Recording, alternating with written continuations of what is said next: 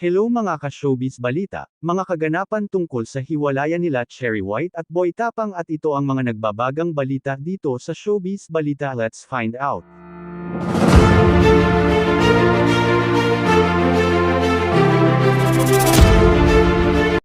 Nasaksihan nga natin lahat tungkol sa kanilang dalawa. At sa matatamis ng ngiti at pagmamahalan nila Cherry White at Boy Tapang kuno.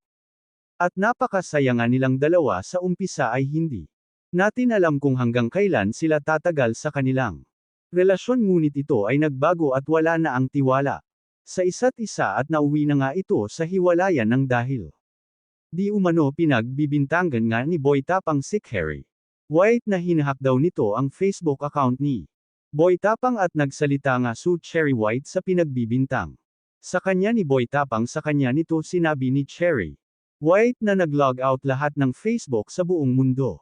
At hindi naman naniniwala si Boy Tapang kay Cherry White sa sinasabi nito at noong kinagabihan nga ay wala nga si Boy Tapang at galit na galit ito kay Cherry White at pinatulfo na nga ni Cherry White si Boy Tapang dahil nagseselos di umano si Boy Tapang sa mga followers na nakikipicture kay Cherry White. Alam naman na picture lang naman yun at walang mali siya doon, yan ang sabi ni Cherry White kay Raffy Tulfo sa interview. Ngunit konting KT na talaga si Cherry White na magsalita tungkol sa hiwalayan nila. Gustong-gusto niyang ibulgar ang baho ni Boy Tapang dahil napakasama daw talaga ng ugali nito. Salamat sa iyong panunood kaibigan, please subscribe at i-hit mo na rin ang notification bell para updated ka sa mga i-upload ko.